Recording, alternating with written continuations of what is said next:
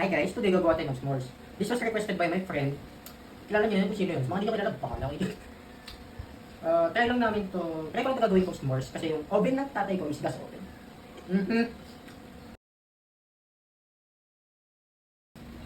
First, brown sugar muna.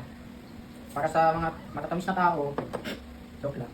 Tapos, second, sugar, white sugar naman. Ano lang to, 1/2 cup. Kung ayaw ng matamis. Pero kung gusto niya ng matamis, kaya kayo nasasaktan. Joke lang. Oh, corny. Kung gagawa kayo ng s'mores, note kayo sa YouTube, meron doon. Ito naman, butter, 1 cup. Sasama natin to sa brown sugar and white sugar. Oh yes, love this. We are now going to mix it slowly para di matapon. Yan, kahit yung ganyang texture na yan, okay na yan kasi lalagyan nyo ng itlog yan eh. Kahit okay na yan, and let's put the egg, 2 eggs actually. Nagugas ako ng kamay ah. Egg and yan, tapos hahaluin natin. Actually no, yung vanilla natin 1 teaspoon lang based sa video. Yan, at dahil wala tayong 1 teaspoon, 1/2 gawin natin.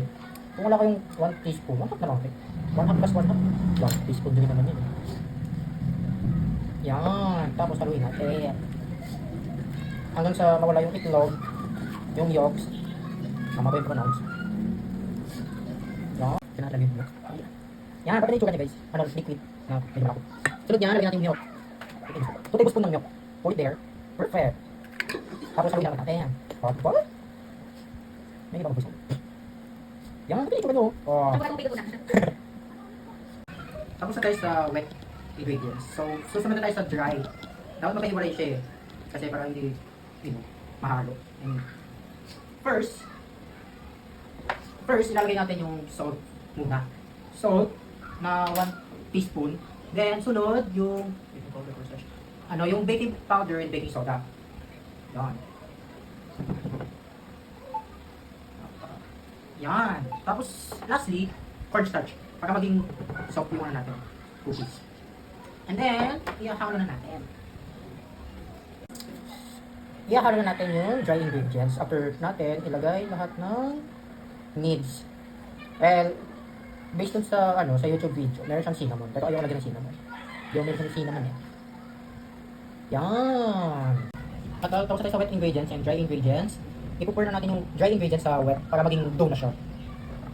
Dahan-dahan lang kasi baka matapon. Siyempre ayaw naman natin matapon yan. Ayaw din natin maglinis. Dahan-dahan lang.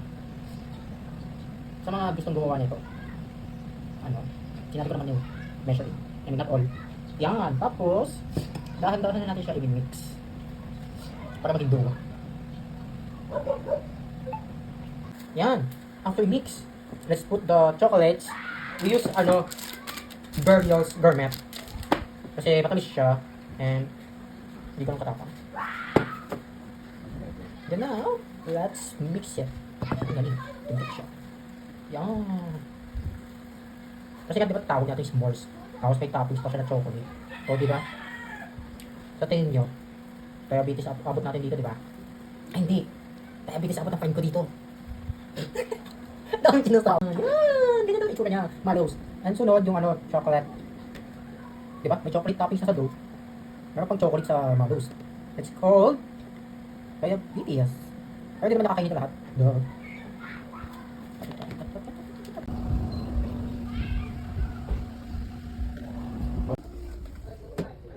Uy, kumantay ka.